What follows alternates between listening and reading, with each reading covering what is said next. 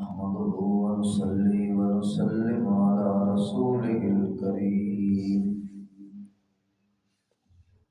أما بعد فأعوذ بالله من الشيطان الرجيم بسم الله الرحمن الرحيم ولقد أرسلنا رسلا من قبلك وجعلنا لهم أزواجا وذرية وما كان لرسول أن يأتي بآية إلا بإذن الله لكل أجل كتاب يمحو الله ما يشاء ويثبت وعنده أم الكتاب وإما نرينك بعض الذي نعدهم أو نتوفينك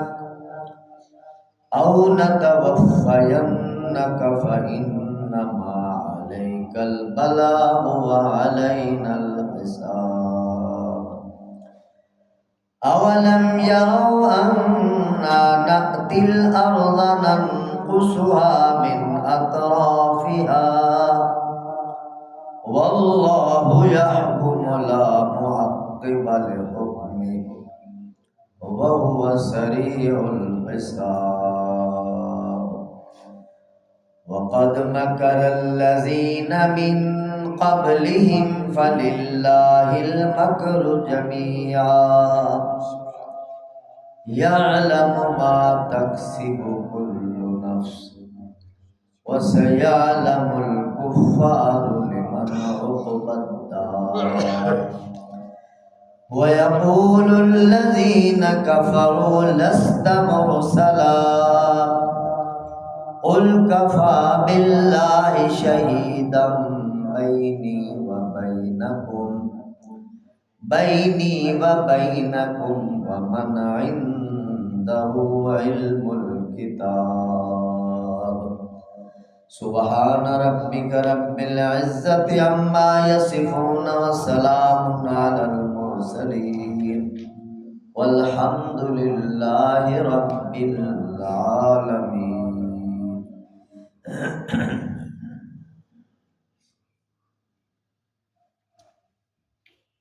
وَلَقَدْ أَرْسَلْنَا رُسُلًا مِّن قَبْلِكَ،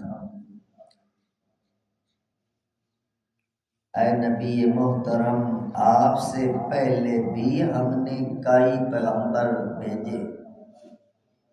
وَجَعَلْنَا لَهُمْ أَزْوَاجًا وَذُرِّيَّةً، اور ہم نے انہیں بیوی بچوں والا بنایا. وَمَا كَانَ لِرَسُولٍ أَن يَأْتِيَ بِآيَةٍ إِلَّا بِإِذْنِ اللَّهِ، کسی رسول کے بس میں یہ بات نہیں ہے کہ اللہ کے حکم اور اجازت کے بغیر کوئی نشانی لا سکے. لِكُلِّ أَجَلٍ کتاب، ہر وعدہ لکھا ہوا ہے. یمحو اللہ ما یشاء ویثبت، اللہ جسے چاہتے ہیں مٹا دیتے ہیں، جسے چاہتے ہیں ثابت اور باقی رکھتے ہیں. وعنده ام الکتاب، لوح محفوظ اللہ ہی کے پاس ہے. وَإِمَّا نُرِيَنَّكَ بَعْضَ الَّذِي نَعِدُهُمْ، یا تو ہم آپ کو کچھ وعدے دکھائیں گے جو ہم نے ان کے ساتھ کیے ہیں. او نتوفینک، یا ہم پہلے ہی آپ کو بلا لیں گے اور بعد میں ان کے وعدے پورے ہوں گے. فَإِنَّمَا عَلَيْكَ الْبَلَاغُ، اے نبی محترم آپ کی ذمہ داری پیغام کا پہنچا دینا ہے۔ وعلینا الحساب، حساب کتاب کی ذمہ داری ہماری ہے۔ اولم یرو، کیا یہ لوگ دیکھ نہیں رہے، انا نأتی الارض ننقصها من اطرافها، ہم ان کی آبادی کو ہر طرف سے گھٹاتے چلے جا رہے ہیں۔ واللہ یحکم لا معقب لحکمہ، اللہ جو چاہے حکم دیتا ہے اور اس کے حکم کو کوئی ہٹانے والا نہیں ہے۔ وَهُوَ سَرِيعُ الْحِسَابِ، وہ بہت جلد حساب کتاب کرنے والا ہے۔ وَقَدْ مَكَرَ الَّذِينَ مِن قَبْلِهِمْ، ان سے پہلے لوگوں نے بھی بڑے مکر و فریب کیے۔ فَلِلَّهِ الْمَكْرُ جَمِيعًا، تمام تدبیریں، خفیہ تدبیریں اللہ ہی کے اختیار میں ہیں۔ یعلم، وہ جانتا ہے، ما تکسب کل نفس، ہر ایک کے کردار کو۔ وَسَيَعْلَمُ الْكُفَّارَ، ان قریب کفار جان لیں گے، لمن عقبی الدار، کہ آخرت کا گھر کس کا ہے۔ وَيَقُولُ الَّذِينَ كَفَرُوا لَسْتَ مُرْسَلًا، کافر منکر کہتے ہیں کہ آپ پیغمبر نہیں ہیں۔ قل، میرے حبیب فرما دیجئے، کفا باللہ شہیدا بینی و بینکم، میرے اور تمہارے درمیان اللہ گواہ کافی ہے۔ ومن عنده علم الکتاب، اور وہ لوگ بھی جن کے پاس کتاب کا علم ہے۔ درود پاک پڑھیں۔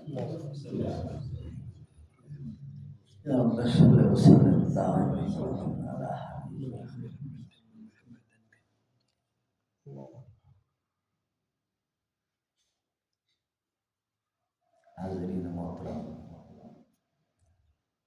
رسول پاک صلی اللہ علیہ وسلم پر مشرکین اور کفار کے بہت سارے اعتراضات، شکوک و شبہات اور واہیات قسم کی باتیں تھیں۔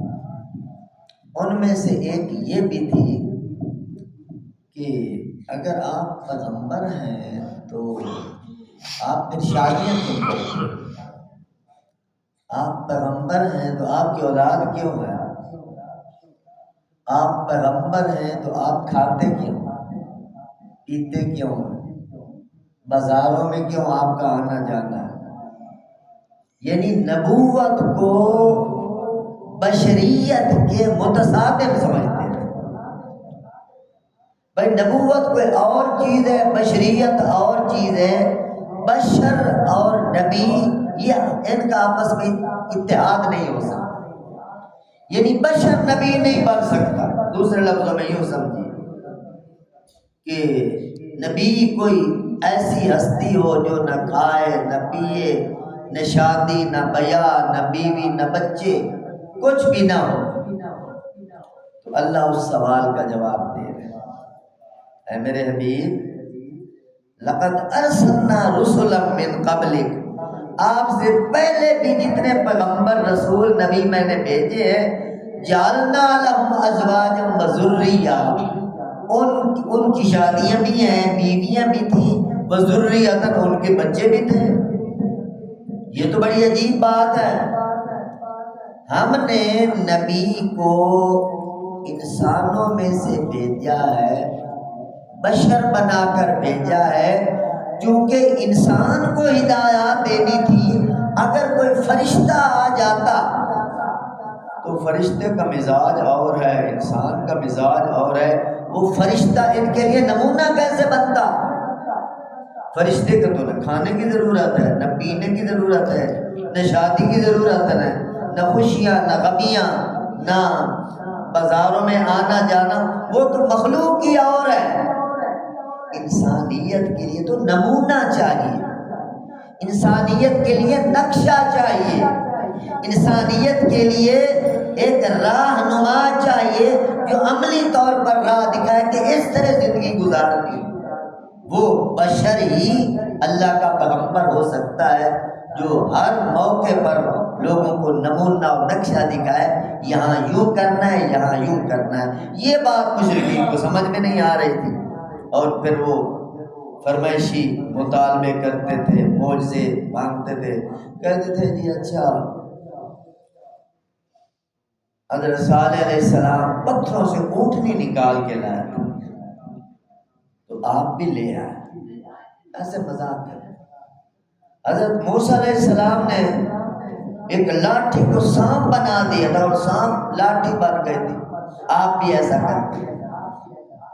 یعنی پہلی قوموں میں جو نبی آئے، اللہ نے جو ان کو معجزے دیے تھے، وہ معجزے حضور علیہ السلام کے سامنے کہتے یہ دکھاؤ، یہ دکھاؤ۔ تو اللہ نے قرآن نازل فرمایا وما کان لرسول ان یأتی بآیۃ الا باذن اللہ۔ جتنے رسولوں نے جو بھی معجزے دکھائے ہیں وہ اللہ کی مرضی کے ساتھ دکھائے، اللہ کی مرضی کے بغیر۔ ما کان لرسول، کسی رسول کے بس میں یہ بات نہیں، ان یأتی بآیۃ الا باذن اللہ، اللہ کی اجازت اور حکم کے بغیر کوئی نشانی کو معجزہ دکھائے کسی کے بس میں ہی نہیں۔ باقی حضور سے معجزے مانگنے والوں، حضور کی ذات خود معجزہ ہے، حضور کا قرآن معجزہ، حضور کی بات معجزہ، اور اس کے علاوہ جو تم فرمائشیں کر رہے ہو، اس کے علاوہ حضور علیہ السلام نے اتنے معجزات دکھائے ہیں، ان معجزات کو دیکھ کر تم ایمان کیوں نہیں لے آتے؟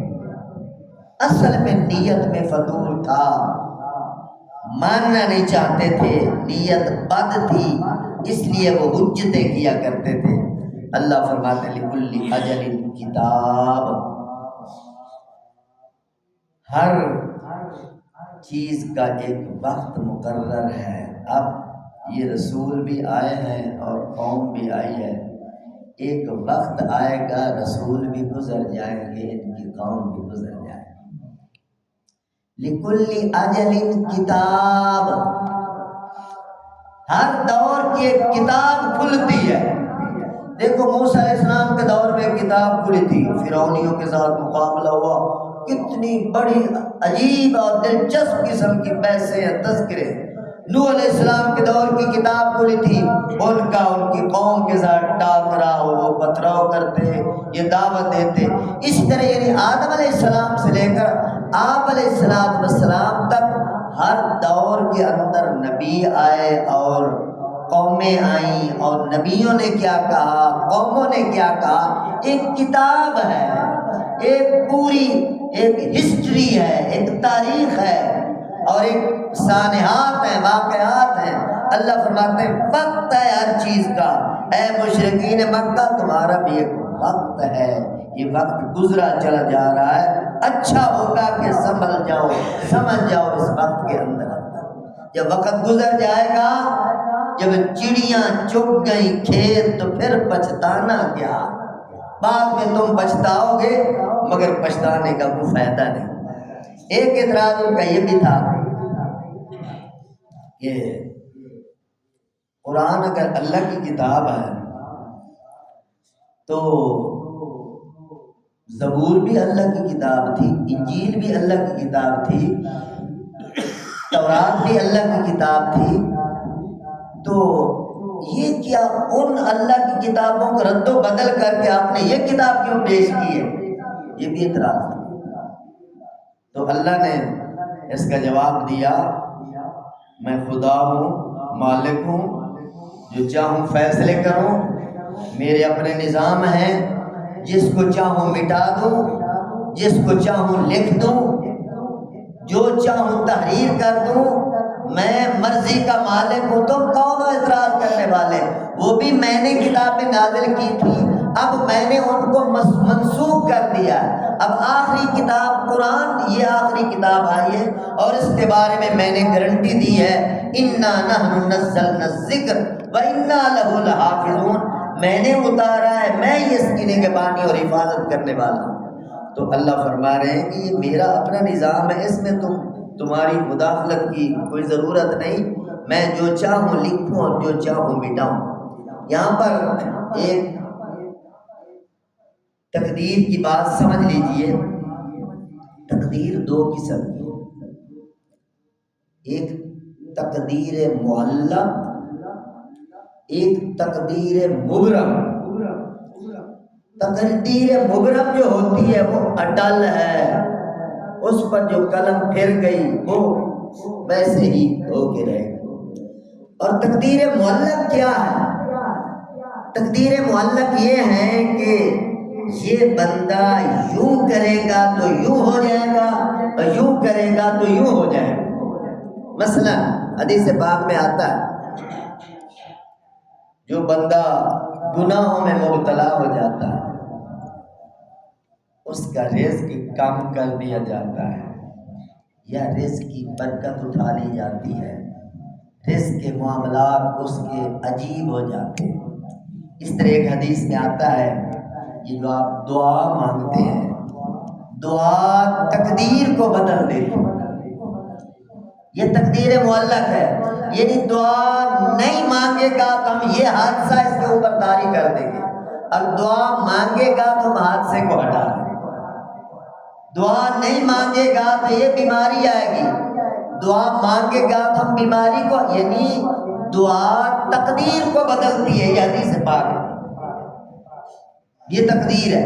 اور ایک اور حدیث میں آتا ہے کہ صلہ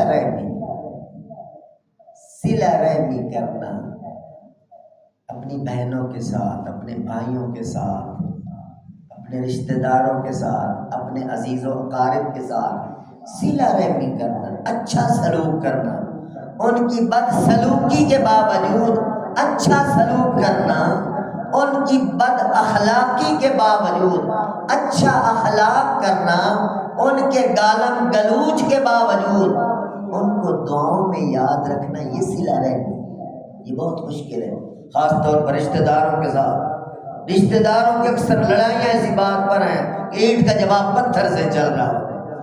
تو حضور فرما گئے ہیں، جو بندہ صلہ رحمی کرتا ہے اللہ اس کی عمر کو بڑھا دیتا ہے، یہ تقدیر ہے، یعنی صلہ رحمی کرے گا عمر بڑھا دی جائے گی، نہیں کرے گا تو پھر اللہ کا فیصلہ اور ہو جائے گا۔ یہ ہے یمحو اللہ ما یشاء ویثبت۔ تقدیر دو قسم کی ہے، ایک تقدیر معلق کہ انسان کے اعمال کے ساتھ، اقوال کے ساتھ، دعاؤں کے ساتھ، خیرات کے ساتھ، صلہ رحمی کے ساتھ معلق ہے، کرے گا تو یوں ہوگا، نہیں کرے گا تو یوں ہوگا۔ اور ایک ہے تقدیر مبرم، اٹل، دو ٹوک، وہ ہونی ہی ایسے ہی ہے جو اللہ پاک نے لکھ دیا۔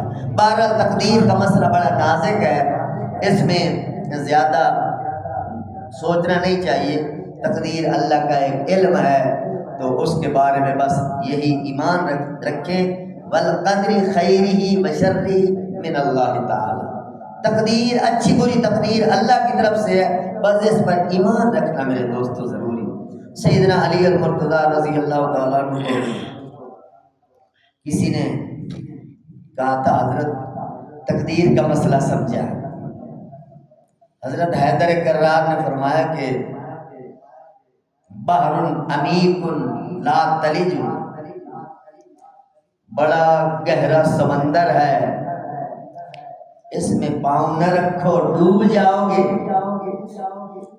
تو اس نے پھر اقرار کیا، حضرت کچھ تو سمجھائیں۔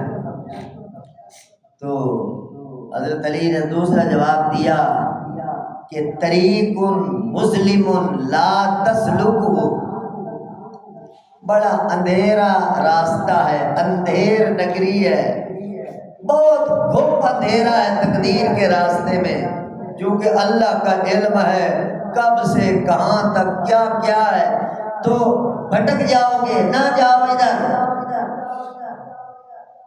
تو تیسری بار پھر جب اس نے سوال کیا تو پھر حضرت علی نے فرمایا کہ اللہ کا امر ہے، اس میں تم مداخلت نہ کرو، ٹکڑے ٹکڑے ہو جاؤ گے۔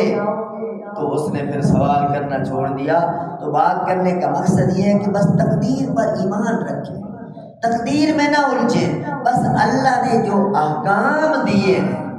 اکثر لوگ تقدیر میں وہی بحث کرتے ہیں جو بے عمل قسم کے لوگ ہوتے ہیں۔ نماز روزہ کرنا کچھ نہیں، کہیں اللہ کو منظور ہوگا تو کر لیں گے، یعنی جان چھڑانے کے لیے اللہ کے سر بات تھوپ دیتے ہیں کہ اللہ کو منظور ہوا تو روزے رکھ لیں گے، اللہ کو منظور ہوا تو نماز پڑھ لیں گے، جی اللہ کو منظور ہوا۔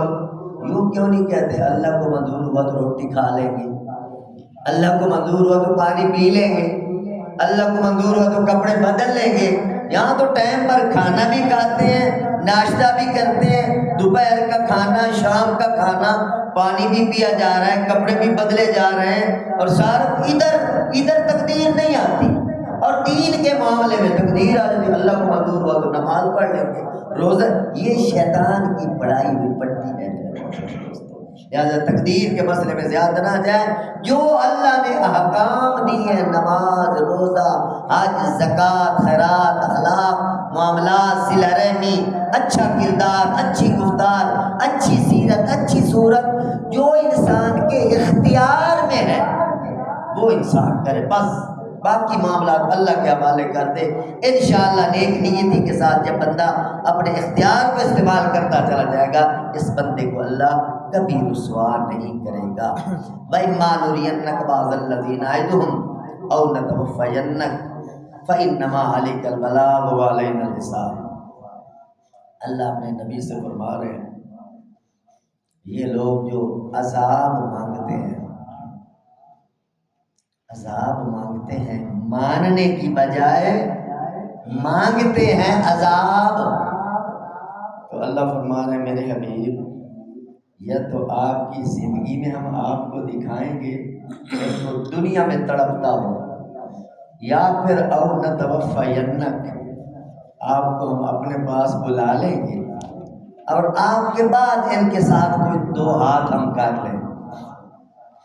تو حضور صلی اللہ علیہ وسلم کے دور میں بھی ابو جہل کو پھڑکایا گیا، بڑے بڑے کافر مارے گئے، اور کچھ حضور علیہ السلام کے تشریف لے جانے کے بعد اللہ پاک نے صفایا فرمایا، اور حضور علیہ السلام کے دور میں جو اسلام کو ترقی ملی تھی، حضور علیہ السلام کے پردہ پوش ہو جانے کے بعد حضور علیہ السلام کے جو جانشین تھے، خلفاء تھے، انہوں نے پھر اس جھنڈے کو اٹھایا۔ حضرت سیدنا عمر بن خطاب رضی اللہ تعالیٰ عنہ کے دور میں 22 لاکھ مربع میل تک اسلام کا جھنڈا لہرایا۔ یہ ہے وہ خوشخبری جو اللہ اپنے نبی کو دے رہے ہیں کہ کچھ آپ کی زندگی میں ہم دکھائیں گے، کچھ آپ کی وفات کے بعد یہ منظر دنیا دیکھے گی۔ اور میرے محترم دوستو، آگے اللہ فرما رہے ہیں اَوَلَمْ يَرَوْا أَنَّا نَأْتِي الْأَرْضَ نَنْقُصُهَا مِنْ أَطْرَافِهَا، کیا یہ لوگ دیکھ نہیں رہے کہ ہم ان کی آبادی کو ہر طرف سے گھٹاتے جا رہے ہیں؟ آبادی کے گھٹانے کا کیا مطلب ہے؟ یعنی جب حضور علیہ السلام نے مکہ مکرمہ میں نبوت کا اعلان فرمایا، توحید کا کلمہ لوگوں کو پڑھایا اور سنایا، تو ہر طرف مخالفت، گالم گلوچ اور پتہ نہیں کیا سے کیا چل رہا تھا۔ تو پھر حضور علیہ السلام نے محنت شروع کی، تو 1 سے 2، 2 سے 3، 3 سے 4، 5، 6، 7، 8، 9، 10، یعنی ایمان کی روشنی پھیلتی جا رہی ہے۔ کبھی 2 تھے تو کبھی 200 بنے، کبھی 2000 بنے، کبھی 2 لاکھ بنے، کبھی 2 کروڑ بنے۔ آج پوری دنیا پر 2 ارب مسلمان ہو چکے ہیں، 2 ارب انسانوں پر محمد کا کلمہ پہنچ چکا ہے۔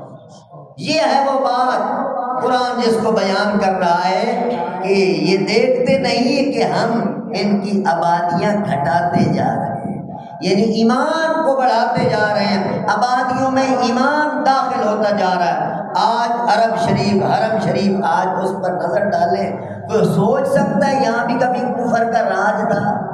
حرمین شریفین کی بہاریں، ماہ رمضان میں خاص طور پر تراویح چل رہی ہے، افطاری ساری، کیا خوبصورت نظارے ہیں وہاں کے، بندہ سوچ ہی نہیں سکتا کبھی یہاں پتھروں کے بت پڑے ہوں گے، کبھی یہاں کافروں کا راج ہوگا، کبھی یہاں حضور علیہ السلام پر اوجھی پھینکی گئی ہوگی، کبھی حضور علیہ السلام کو یہاں حرم پاک میں داخلہ بند کر دیا گیا تھا۔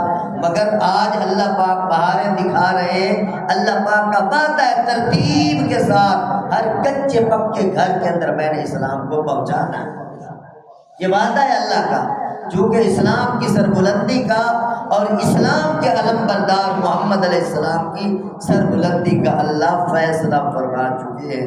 واللہ یحکم لا معقب لحکمہ، اللہ جو فیصلہ فرما دیتا ہے پھر اس فیصلے کو کوئی ہٹانے والا نہیں، اللہ کا فیصلہ نافذ ہو کے رہتا ہے۔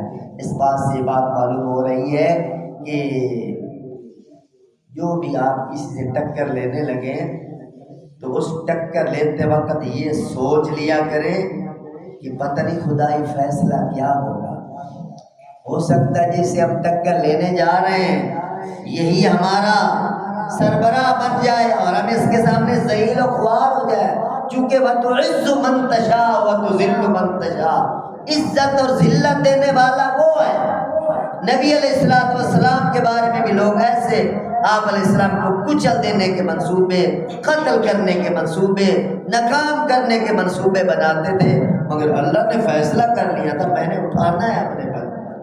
آج پوری دنیا کے اندر دھوم مچی ہے آقا علیہ السلام کی، وَقَدْ مَكَرَ الَّذِينَ مِن قَبْلِهِمْ فَلِلَّهِ الْمَكْرُ جَمِيعًا۔ اللہ فرما رہے ہیں میرے حبیب، یہ حضور کو تسلی دی جا رہی ہے، اگر آپ کے دور کے کافر مکر و فریب کرتے ہیں تو میرے نبی گھبراؤ نہیں، حوصلہ بلند رکھو، کیونکہ مکر الذین من قبلہم، ان سے پہلے جو کافر ہو گزرے وہ بھی مکر و فریب کرتے گئے ہیں اپنے اپنے پیغمبروں کے ساتھ، چکر مکر فراڈ فنکاریاں، ان کو ناکام کرنے کے ہیلے بہانے تدبیریں وہ خفیہ منصوبے وہ بھی بنایا کرتے تھے، مگر فللہ المکر جمیعا، تمام خفیہ تدبیریں اللہ کے ہاتھ میں ہیں۔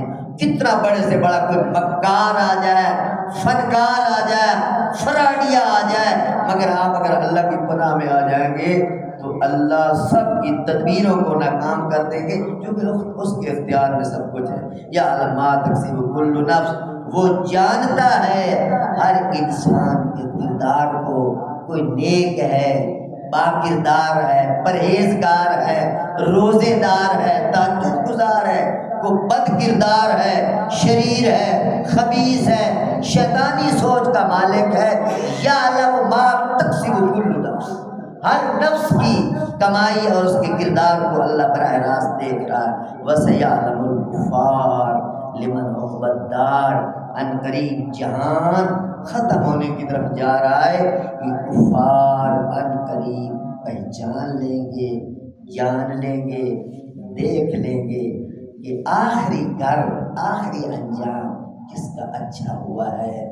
دوبار چھٹنے والا ہے، فضا صاف ہونے والی ہے، آخری فیصلہ آنے والا ہے، دودھ کا دودھ پانی کا پانی ہونے والا ہے۔ وَيَقُولُ الَّذِينَ كَفَرُوا لَسْتَ مُرْسَلًا، حضور علیہ السلام کو ہٹ دھرم کافروں نے اتنا بھی کہہ دیا آپ کوئی نبی وبی نہیں، ہم نہیں مانتے، کوئی نبوت نہیں آپ کی، کوئی رسالت نہیں، معاذ اللہ آپ جھوٹے، ہم نہیں نبی مانتے آپ کو۔ اس کے جواب نے اللہ نے فرمایا قل، میرے حبیب انہیں جواب دو اگر تم نہیں مانتے تو نہ مانو، کفا باللہ شہیدا بینی و بینکم، میرے اور تمہارے درمیان اللہ گواہ کافی، جس نے مجھے نبی بنایا، میرے سر پر ختم نبوت کا تاج رکھا ہے، وہ میرا گواہ کافی ہے۔ تم نہیں مانتے تو کیا میری صحت پہ اثر پڑے گا؟ جس نے نبی بنایا ہے اس کو تو پتہ ہے نا۔ اور ومن عنده علم الکتاب، باقی جن کے پاس تورات کا علم ہے، انجیل کا علم ہے، وہ بھی مجھے جانتے ہیں کہ میں اللہ کا پیغمبر ہوں، چونکہ تورات، زبور، انجیل کے اندر میرا نام لے کر میری نشانیاں بتائی گئی ہیں، میری نبوت کو، میری رسالت کو، میری پیغمبری کو، حتیٰ کہ میرے جو صحابہ کرام ہیں ان کا بھی تذکرہ میرے دوستوں تورات اور انجیل، زبور کے اندر موجود ہے۔ آج ماشاءاللہ سورۃ رات 6 رکوع تھے اس کی، آج یہ سورت اختتام پذیر ہو رہی ہے، تو کل انشاءاللہ اگلی سورت شروع کریں گے۔ مبارک ہو آپ حضرات کو جو حضرات درس سنتے رہے، ختم ہو گئی سورت۔ جنہوں نے نہیں سنا ان کا ٹائم بھی گزر گیا، جن نے سنا ان کا ٹائم بھی گزر گیا۔ اللہ ہم سب کو سورت رات کی پوری برکتیں، پورے انوار نصیب فرمائے۔ اللہ ہمارا کہنا سننا اپنی بارگاہ کے اندر قبول و منظور فرمائے اور عمل کرنے کی طاقت اور توفیق نصیب فرمائے۔ الحمدللہ رب العالمین والعاقبۃ للمتقین والصلاۃ والسلام علی سید الانبیاء والمرسلین۔ اللهم اغفر لنا وللمؤمنين والمؤمنات والمسلمين والمسلمات الأحياء منهم والأموات من الجنة والناس أجمعين إنك سميع قريب مجيب الدعوات رب ارحمهما كما ربياني صغيرا وصلى الله تعالى على حبيبه وخير خلقه سيدنا محمد وآله وصحبه أجمعين.